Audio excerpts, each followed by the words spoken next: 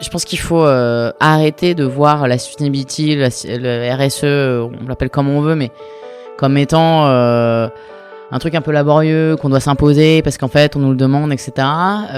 Moi, ce que j'ai compris en travaillant chez Suez et notamment en travaillant justement avec des entreprises de l'agroalimentaire, c'est que la gestion des risques environnementaux, la gestion de son empreinte, en fait, c'est préparer l'avenir. Et ça marche aussi évidemment pour tous les aspects sociétaux et sociaux d'une entreprise. Après, moi ce que j'ai un peu aussi compris chez Back Market, c'est ça, il y a plein de petites choses qu'on peut faire sur nos choix de consommation. Et en fait, moi je crois d'autant plus maintenant, après mon passage chez Back Market, au pouvoir du consommateur sur ces sujets-là. Évidemment que le régulateur doit aussi faire quelque chose. Évidemment que c'est pas tout ne repose pas sur nos épaules. Moi ça me rend folle aussi quand on dit c'est parce que les gens font n'importe quoi. Enfin, c'est pas. On n'est pas le consommateur n'est pas le seul responsable de ce qui se passe, très loin de là. Mais en fait, la façon dont on consomme a forcément un pouvoir sur ce que vont nous vendre les gens qui nous vendent des choses. Et je pense que oui, enfin, se poser les bonnes questions sur typiquement la tech. Est-ce que j'ai besoin d'avoir le dernier truc, le dernier cri C'est vraiment. J'avais eu une discussion avec quelqu'un qui me disait non mais du coup si on achète plus neuf, il y aura plus d'innovation. En fait, peut-être que l'innovation, c'est pas d'avoir de la reconnaissance faciale sur son téléphone, en fait. Peut-être que l'innovation, c'est l'éco-conception. Peut-être que, enfin, en fait, il y a plein d'autres formes d'innovation qui sont pas forcément une course vers des nouvelles fonctions. Parce que la communauté est clé, parce que l'entraide nous possède, on a décidé de mettre en lumière tous ces visionnaires. Bienvenue dans le podcast Build a City for Good de Daphne. Bonjour à tous, c'est Damien au micro aujourd'hui pour ce nouvel épisode du podcast Build a City for Good de Daphne. Alors on a décidé de lancer une nouvelle verticale dédiée à la sustainability et à l'impact. Et pour ce premier épisode, on s'est dit qui de mieux que toi, Camille Richard, Head of Sustainability chez Back Market, pour démarrer cette verticale. Bienvenue Camille. Merci. Et aujourd'hui à mes côtés, j'ai Pierre-Yves, cofondateur et partenaire chez Daphne, qui suit Back Market en tant qu'investisseur depuis de nombreuses années. Bonjour Pierre-Yves. Hello Damien, hello Camille. Bonjour. Alors pour démarrer, pour retracer un peu ton parcours, et tu me corrigeras bien sûr si je me trompe, parce que j'ai pris les infos de LinkedIn. Tu as fait tes armes chez Suez, avec quelques années en Amérique du Sud, et ça fait déjà 4 ans que tu es chez Back Market, du coup en charge de la sustainability. Et pour commencer, on a l'habitude de demander quelques informations sur notre invité. Qui tu es, d'où tu viens, un peu, si tu peux nous raconter un peu ton parcours, où tu as grandi, tes passions, tes loisirs. Ok, alors t'as déjà un petit peu résumé ce qui s'est passé depuis que j'ai commencé à travailler, mais moi j'ai grandi à Bordeaux, de parents biologistes, ce qui explique un petit peu, je pense aussi, pourquoi je fais ce métier aujourd'hui et qui l'explique d'autant plus que mes frères et sœurs travaillent aussi dans ce domaine-là. Je pense qu'assez jeune, on m'a parlé des sujets environnementaux, etc. Donc j'avais toujours un peu cette curiosité-là. Et après le lycée, un peu comme tout le monde, je savais pas trop ce que je voulais faire. J'ai fait Sciences Po à Bordeaux. J'ai fait de l'analyse de risque, et ce qui finalement en fait rejoint pas mal ce que je fais aujourd'hui aussi. Et après mon diplôme, j'ai eu envie de vivre à l'étranger. Donc j'avais fait mon échange universitaire au Mexique. Donc ça m'a donné envie de repartir en Amérique latine. Donc une petite année au Brésil, puis de nouveau le Mexique, et puis un jour la France m'a manqué. Et donc Suez, chez qui je travaillais à l'époque, m'a permis de revenir. Et donc voilà, donc je travaille, ça fait 12 ans que je travaille dans des métiers qui sont proches de sujets environnementaux. J'adore ça. Je ne suis pas fataliste, parfois pessimiste, mais jamais fataliste. Je pense que on peut arriver à changer les choses. Et j'ai la chance de travailler aujourd'hui dans une entreprise qui cherche à changer les choses. Donc c'est hyper excitant, c'est extrêmement intéressant. Et puis après, ce que j'aime faire dans la vie, j'aime me promener, j'aime aller au cinéma. Je pense que comme beaucoup de gens, quoi. Et des belles activités. Mais j'évite de lire trop de sujets environnementaux ou de films environnementaux pendant mes week-ends. Je considère que ça occupe suffisamment mes semaines. Je te comprends, sinon c'est un peu déprimant. Et du coup, avant d'aller un peu dans ce que tu fais chez Back Market, tu faisais quoi chez Suez ? J'ai fait plusieurs choses. En fait, à la base, quand j'ai postulé chez Suez, j'avais 2 critères. c'était l'environnement et l'Amérique latine. Donc j'ai eu la chance d'avoir un VIE à São Paulo au Brésil en marketing, qui était un terrain complètement connu pour moi. Je me rappelle avoir acheté le marketing pour les nuls en sortant de l'entretien, que je n'ai pas ouvert. Donc, et en fait, j'ai appris sur le tas. Donc, j'ai travaillé 1 an au Brésil en marketing. Après, je suis parti au Mexique aussi avec Suez, où là, j'ai fait encore du marketing, de la communication. J'ai commencé à faire aussi un petit peu de business development, plus sur la partie traitement d'eau municipale. Donc, moi, mon idée derrière rentrer chez Suez, c'était à l'époque, il n'y avait pas tellement beaucoup de masters spécialisés sur les sujets environnementaux, etc. Donc, je m'étais dit, en rentrant dans un groupe comme ça, je vais réussir à me former un peu sur le tas, sur tous ces sujets, sur la question de l'eau, des déchets, etc. Donc, au Mexique et au Brésil, j'ai beaucoup travaillé du coup sur l'eau et sur le secteur municipal. Et puis ensuite, je suis rentrée à Paris. Enfin, je me suis installée à Paris puisque je n'avais encore jamais vécu. Et puis, j'ai continué à faire un petit peu de marketing sur l'eau encore, et j'ai eu la possibilité de commencer à faire du business development, notamment pour le secteur de l'agroalimentaire. Et donc j'ai commencé à travailler sur ces problématiques-là de gestion de l'eau, de déchets, sur ces métiers-là. Donc c'était absolument passionnant. Et puis en 2016, je crois, j'ai pu intégrer l'équipe de développement durable de Suez. Où là je me suis formée sur les sujets vraiment ESG, sur les sujets carbone aussi, que j'avais assez peu abordé auparavant, et en fait je me suis rendu compte que c'est un petit peu ce que j'avais cherché à faire en fait depuis le début sans vraiment savoir ce que c'était. Et donc donc je suis restée encore quelques temps dans cette direction. J'ai beaucoup travaillé avec les clients industriels de Suez aussi pour les accompagner sur leur stratégie de développement durable. Et puis ensuite, j'ai eu envie de changer de monde. Et donc, je suis passé du grand groupe à Back Market, donc d'une équipe de 90 000 personnes à une équipe de 150 personnes.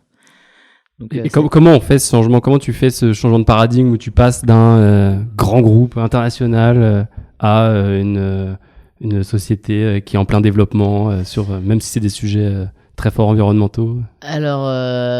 sur le plan pratique, ça passe par aller harceler les fondateurs à Change Now. Ça marche bien. Non, en fait, j'avais fait les 9 premières années de ma carrière chez Suez en faisant des métiers différents, en faisant des pays différents, etc. Donc j'avais quand même vu pas mal de choses, mais j'avais envie de tester quelque chose d'un peu plus petit. Et il se trouve qu'à l'époque, j'étais déjà cliente de Back Market. Et j'ai vu passer une annonce tout simplement sur LinkedIn qui en fait cherchait quelqu'un pour bosser là-dessus. Et donc j'ai postulé, je suis allé à Change Now, je suis allé les voir à Change Now, je suis allé attendre à l'époque Vianney à une sortie de conférence pour lui dire voilà, je t'ai envoyé mon CV, etc. La groupie. Voilà. Et je les ai aussi convaincus qu'ils avaient besoin d'un profil senior pour ce rôle-là. Et puis en fait après tout est allé très vite. J'ai passé des entretiens et ça a super bien fité avec les gens que j'ai rencontrés.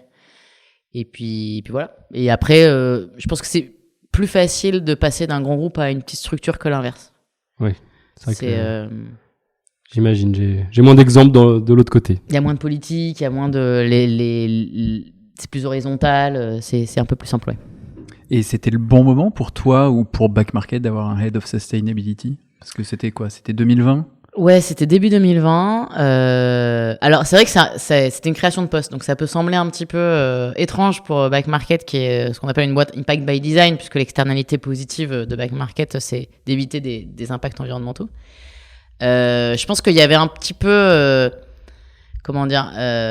petit peu le péché originel en fait de ces boîtes-là, c'est de se dire, en fait, on a un modèle impact, donc on n'a pas vraiment besoin d'avoir quelqu'un qui vient un peu harmoniser tout ça. Et donc, et c'est vrai que les premières années, donc ça faisait déjà 6 ans que Back Market existait, et je pense que le besoin est monté progressivement. Et puis il y a aussi une question de la boîte grossit, il y a des obligations différentes, il y a des attentes aussi différentes de la part des employés. Et donc je pense que pour eux, ça a été un moment où ça commençait à devenir nécessaire. Il y avait plein d'initiatives qui existaient, mais personne pour mettre ça en musique. Et je pense que c'est ça qu'ils cherchaient à la base. Et puis voilà, qu'on les conseille, qu'on les accompagne, qu'ils sont en train de faire les bons choix sur ces sujets-là, c'est les bons partenaires, etc. Et moi, de mon côté, c'était juste de me dire, il fallait que je sorte du nid Suez pour aller voir ce qui se passait ailleurs. Et Back Market, c'était absolument parfait pour plusieurs raisons. Déjà, parce que entreprise à impact, donc en termes d'alignement de valeurs, etc., c'est à peu près le luxe absolu quand on fait un métier comme le mien. Et puis, il y avait aussi ce côté très excitant de on va sortir les trucs de terre. Donc, il y avait tout à faire, tout à structurer. C'était un petit peu terrifiant au début parce que, en fait, moi, j'avais toujours été encadré, donc c'était un petit peu c'est moi qui décide, on y va. Et en fait, ça a été absolument génial de prendre ces décisions-là. Et puis, j'ai toujours eu chez Back Market une énorme liberté pour choisir les projets, décider ce qu'on allait faire, quelle était la prochaine étape. Il y avait toujours une conscience là-dessus. Et puis, ça a tout son sens aujourd'hui chez Back Market, puisque moi, je décris toujours un petit peu mon job en me disant que j'ai un peu trois missions. C'est-à-dire, j'ai la partie compliance, évidemment, où là, je travaille beaucoup avec des investisseurs comme Daphné, justement, qui sont assez avancés sur ces sujets-là. Et puis après, il y a toute une partie advocacy sur l'impact de la tech, qui est un sujet qui est encore assez méconnu. Et puis, il y a quand même aussi une partie innovation business pour Back Market, où on a développé pas mal de choses, des projets qui sont partis en fait de l'équipe Sustainability, parce qu'on a cette liberté-là de proposer en fait chez Back Market, quoi. Et si on extrapole un petit peu sur les autres startups indépendamment de Back Market, c'est le poste de Head of Sustainability commence à apparaître dans certaines sociétés qui sont pas by design, comme tu le disais, orientées vers l'impact. Il y a un bon moment dans ce que tu vois dans l'écosystème startup pour se poser la question d'avoir un Head of Sustainability ou d'essayer d'aligner son business model avec la durabilité. Alors moi, ce que je recommande toujours dans ce genre de cas, c'est plutôt le mieux. C'est toujours plus difficile de faire un créneau avec un paquebot qu'avec une petite embarcation. Donc c'est vrai que en fait, je pense qu'il faut arrêter de voir la sustainability, le RSE, on l'appelle comme on veut, mais comme étant un truc un peu laborieux qu'on doit s'imposer parce qu'en fait on nous le demande, etc. Moi, ce que j'ai compris en travaillant chez Suez et notamment en travaillant justement avec des entreprises de l'agroalimentaire, c'est que la gestion des risques environnementaux, la gestion de son empreinte, en fait, c'est préparer l'avenir. Et ça marche aussi, évidemment, pour tous les aspects sociétaux et sociaux d'une entreprise. Par exemple, si on a un taux de turnover des employés qui s'affole, en fait, on est en train de mettre en péril la transmission des connaissances au sein de l'entreprise, etc. Je connais des entreprises où ils embauchaient des retraités de l'entreprise parce qu'en fait, ils n'arrivaient pas à garder suffisamment les jeunes générations et donc à faire en fait cette espèce de passation. Donc, il faut plutôt voir ça comme une façon de pérenniser l'activité, puisque en fait, c'est une analyse des signaux faibles, en fait, plus que quelque chose qui est juste là pour faire joli. Et puis, c'est aussi potentiellement une possibilité de trouver des nouvelles opportunités business aussi, puisque aujourd'hui, ça devient quand même un vrai sujet. Donc moi, ce que je recommande, c'est plutôt de commencer le plus tôt possible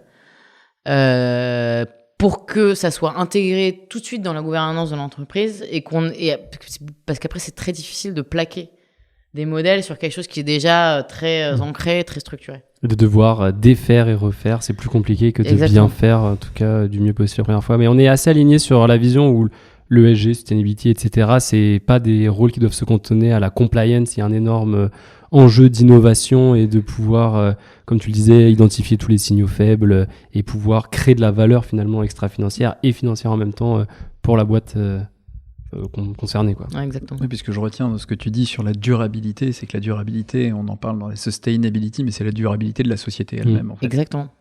C'est Très vraiment long terme, le très long terme, la vision de très long terme. La définition de développement durable, alors j'ai un trou sur l'auteur de cette définition, mais c'est celle qui est sur Wikipédia. C'est en gros, permettre aux générations futures de vivre en fait d'une façon équivalente à la nôtre, de préserver les ressources, etc. Et c'est complètement quelque chose qu'on peut plaquer sur l'entreprise, en fait. C'est permettre en fait à l'entreprise d'exister demain et après-demain en étant toujours mieux, et donc c'est vrai que on oppose toujours profitabilité et durabilité en disant voilà, il y a un truc les petites fleurs contre la réalité de la vie, etc. Alors que c'est pas du tout le cas. Et c'est un peu ce qu'on essaie de faire chez Back Market, c'est de montrer que profitabilité et durabilité, c'est un modèle en fait qui est robuste et qui peut emmener loin. Et c'est hyper intéressant et ça découle un peu notre prochaine question découle un peu là-dessus. C'est est-ce que du coup c'est plus simple d'effectuer un peu le travail que tu fais dans une boîte où l'impact il est au cœur du business model, ou est-ce que en fait les enjeux sont tellement énorme qu'en fait c'est à la fois plus complexe mais plus grisant? Moi je pense que c'est beaucoup plus facile en effet de faire ça dans une entreprise comme Back Market, ou ce que je vous disais tout à l'heure, c'est que on m'a quand même laissé beaucoup de liberté. Il y a toujours un challenge, quel que soit le type de boîte, sur le côté vision long terme versus vision court terme business. Ça c'est toujours un challenge, peu importe en fait le type d'entreprise dans laquelle on est. Mais globalement, c'est beaucoup plus simple pour plusieurs raisons. Déjà, voilà, on est en face de gens qui comprennent en fait que l'impact, c'est important et que ça fait partie de ce qui différencie l'entreprise des concurrents aussi. C'est le cas de Back Market. Hein. On n'est pas les seuls à vendre du reconditionné, mais on est les seuls à être dédiés au reconditionné, à vraiment chercher à avoir un meilleur impact, etc. Donc ça, c'est déjà quelque chose qui est important. Et puis, quand on fait un métier comme le mien, c'est quand même très très agréable d'être dans une boîte qui a des valeurs avec lesquelles on est aligné, où on n'a pas besoin de mentir, on sait qu'on n'est pas en train de faire du greenwashing, etc. Donc c'est pour ça que c'est plus facile. Après, il y a plein de boîtes qui ne sont pas du tout impact by design, etc., qui sont des boîtes qui sont persuadées que le futur il est aussi dans la sustainability et qui ont très bien compris que s'ils voulaient se pérenniser, il fallait qu'ils adoptent une stratégie plus durable. Dans des clients qu'on avait à l'époque chez Suez, justement, de ce milieu de l'agroalimentaire, on était face à des viticulteurs qui travaillaient déjà sur les questions de stress hydrique, de comment ils allaient utiliser la smart irrigation pour pallier en fait à ce qui arrivait. Il y a plein de... Il y avait plein déjà et je parle de ça il y a 10 ans, donc il y avait plein d'initiatives qui n'avaient rien à voir avec une quelconque philanthropie. C'était aussi une gestion des risques, c'était moins de coûts, moins de risques, en ayant une approche durable en fait. C'est vrai que pour toutes les boîtes un peu plus matures, ça rejoint très rapidement la gestion des risques et anticiper finalement les changements futurs. Voilà, les changements climatiques, on sait où on en est aujourd'hui et les risques qui en découlent. Donc en fait, c'est aussi pouvoir s'adapter finalement aux conditions futures et éviter au maximum qu'elles adviennent. Mais c'est ce que je disais sur le long terme versus court terme. C'est toujours très difficile en fait, parce qu'évidemment, en fait, il y a des investissements qui peuvent être nécessaires quand on met en place une approche durable d'un business. Et en fait, il faut arriver à voir le long terme, qu'en fait, c'est des investissements qui vont être amortis, c'est sûr. Et donc c'est ça en fait, il faut arriver à un peu, je pense, qui selon le type d'entreprise, c'est plus ou moins facile de vendre cette idée on va prendre des décisions aujourd'hui qui vont en fait avoir porter leurs fruits dans 5, 10 ans, 20 ans, et il faut qu'on soit OK avec ça. Et après 4 ans chez Back Market, tu as toujours cette conviction autour du reconditionné, ça n'a pas, tu n'as jamais eu aucun doute? Jamais. Jamais. Non, jamais. Enfin, je travaille, du coup, je suis devenu, j'ai commencé à vraiment creuser les sujets, l'impact de la tech, dont j'avais assez peu d'idées, en fait, en arrivant chez Back Market. Oui, j'achetais déjà chez Back Market, donc j'avais cette intuition qu'il fallait arrêter d'acheter du neuf sur la tech, etc. On entendait parler des terres rares, etc., etc. Et ça fait après 4 ans dans ce domaine, je me dis, c'est la meilleure solution qui existe, c'est un petit peu la solution parfaite entre guillemets. Donc il y a plein de choses encore sur lesquelles on doit progresser, mais c'est celle en fait qui permet d'expliquer aux consommateurs que avoir une approche durable, ça veut pas dire faire des sacrifices en fait. Parce qu'aujourd'hui, on entend beaucoup, les amis, les machins, la chandelle, de toute façon, si on veut être écolo, faut retourner vivre dans des grottes, etc. En fait, le reconditionné, c'est un très bon exemple de ce qui peut être fait sans douleur et qui a vraiment un impact en fait concret sur pour un petit peu améliorer l'impact global que la race humaine a sur la planète, quoi. Non, mais tu as parfaitement résumé notre thèse d'investissement de départ sur le consommer mieux plutôt que le consommer moins. Et c'est vrai que Thibaut nous dit souvent dans les réunions internes, en fait, il nous dit on n'est pas là pour faire grossir le marché. On est là pour prendre des parts de marché sur le neuf parce que c'est ça qu'il faut chercher à faire. Et puis ça peut être déployé à l'échelle rapidement pour que, en gros, tout le monde consomme des produits électroniques. Donc on peut tous finalement aller vers du reconditionné très rapidement, quoi. Très simplement. Oui, et économiquement. et puis ce que je dis, c'est en fait, c'est sans nous là. Alors oui, parfois ça marche un petit peu moins bien, mais en fait, comme il y a des conditions. En fait, l'idée de back market de base, c'est de donner exactement la même expérience client. Donc on peut avoir aussi des problèmes avec des produits neufs. L'important, c'est que derrière il y a un service client, qu'en fait on soit remboursé, etc. Et tout ça, c'est des choses qui existent chez back market. Moi, j'avoue que moi, j'ai jamais eu de problème avec ce que j'ai acheté chez back market. J'ai toujours eu une expérience géniale. Et en fait, c'est ça, en fait, c'est-à-dire que c'est pas acheter seconde main, c'est toujours un peu compliqué parce qu'on sait jamais en fait si on va retrouver le vendeur, si dans 6 mois on a un problème, etc. Là, en fait, tout est pris en charge. Et donc on est sur un win-win en fait entre qualité, prix et durabilité. Donc pourquoi s'en priver, quoi. Je vais sur la partie de corporate de back market. Back market est devenu entreprise à mission, est devenu B Corp, etc. Tu as un retour d'expérience un petit peu sur ces étapes-là parce que c'est des choses que tu as vécues sur ces dernières années. Alors, je pense que ça a été hyper enrichissant. Alors, je sépare un petit peu les deux parce que c'est des process qu'on a menés ensemble qui ont plein de ponts, mais il y a